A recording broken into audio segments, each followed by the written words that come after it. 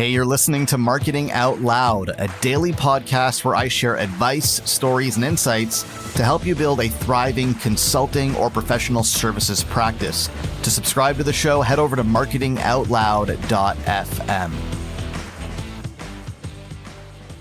I think probably the biggest challenge that most consultants and professional service providers and experts struggle with is self-respect. That may sound surprising, and you may think to yourself, well, I don't have an issue with self-respect. But I'm not talking about confidence here, and I want to make that distinction clear. You may have confidence. I'm not saying that you don't, and if you're good at what you do, I'm sure that you have confidence. But you may still have a self-respect problem, in that you may not have as much self-respect as you ought to have, as you should have, as you need to have, to really take your business to the next level. And here's what I mean by that. Most people struggle with a few very common challenges. Things like raising your fees, right? Charging what your expertise is really truly worth. Things like going out and finding better clients, pursuing clients that are a good fit for your business, a good fit for your expertise, clients that you can do your best work for. Things like focusing in on an area of work that really leverages your skills and your abilities and your expertise and provides you and your clients with the highest return. These are simple things to do in theory and in principle. Raising your fees, finding better clients, focusing in on your most valuable work. I mean, these are simple ideas, but they're difficult to implement. They're difficult to practice. And the reason for that is because often there is a self-respect gap. There's a self-respect gap where you know you want to charge more, you know you want to work with better clients, you know you want to pursue a particular type of work, but you're not quite sure if you can do it. And you might not see it that way. You might not express the obstacle that way. You may put it on your clients. You may say, well, they won't pay. Or there aren't enough of people out there like that. Or, well, they're not willing to engage me in that capacity. You may externalize the problem and put it on them or the market or the client or the buyer or the circumstances.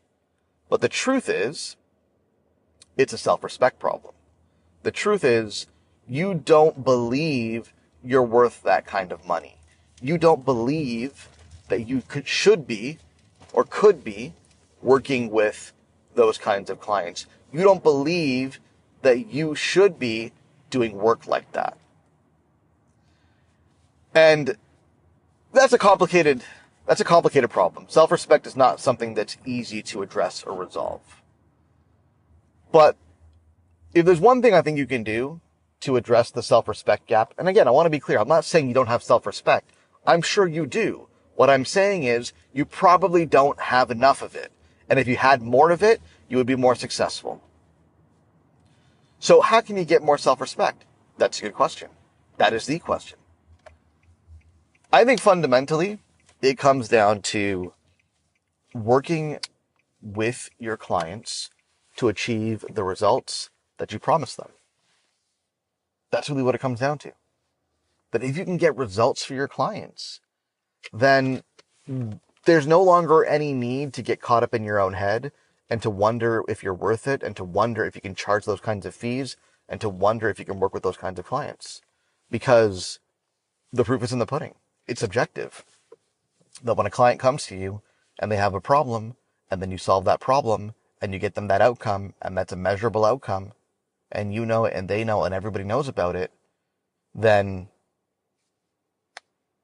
who's to argue? Who's going to say that you don't have what it takes? Who's to say that, you can't pull it off? You've pulled it off. And so if you don't have those examples, if you don't have those stories, and I'm not talking about marketing. This is not about convincing other people that you're worth it. I want you to convince yourself that you're worth it. If you don't have those stories, or those case studies or those testimonials or those examples of clients that you've gotten results for, that's your problem. That's your problem. You may be able to do it, but you don't have enough of those stories to convince yourself that you can do it. You don't have enough of those stories to convince yourself that you're worth it. And that's the first problem that you need to solve. Now, if you do have those stories and those case studies and those testimonials, and there really is no reason to believe that you can't do it, then you just need to get over it and start charging higher fees and start pursuing better clients and start doing the work that you know you should be doing and the work that you could be doing and the work that you're capable of. Because now you're the only thing that's standing in your own way. You've got the clients, you've got the results, you've got the case studies. You know you can do this because you've done it before. What else are you waiting for? Hey, thanks for listening. Do me a favor. If you like what you hear, go on iTunes and leave us a rating and a review because it helps more people discover the show. Thanks so much.